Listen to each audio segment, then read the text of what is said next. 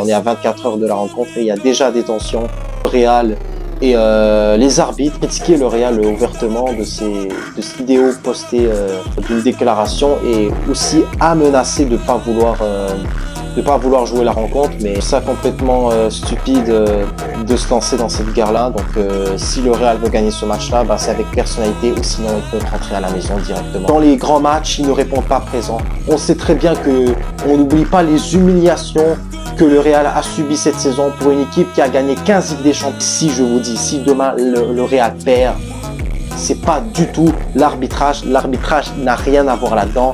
Donc demain, le Real a un devoir important. Même s'ils perdent le match, ils doivent montrer leur personnalité. J'ai envie de voir des joueurs s'imposer dans une équipe qui a toujours été la meilleure équipe du monde. La meilleure équipe. On m'a soufflé beaucoup de fois dans les oreilles que Vinicius, il est là pour être titulaire.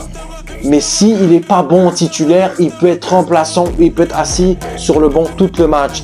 Bellingham aussi, il a fini dans le top 9 perdre. Il ne gagne pas toujours, mais il perd avec humilité. Comme dit le dicton, l'humilité précède la gloire. Donc il faut être humble devant l'adversaire du Barça et avouer qu'il y a eu des erreurs. Dire que c'est comme dans les contes de fées, il y a Cendrillon et il y a Blanche-Neige qui danse en slip. Non, c'est la vérité. Je suis totalement transparent de montrer que c'est une grande équipe et de regarder le Barça dans les yeux. J'espère que cela va clarifier tout ça.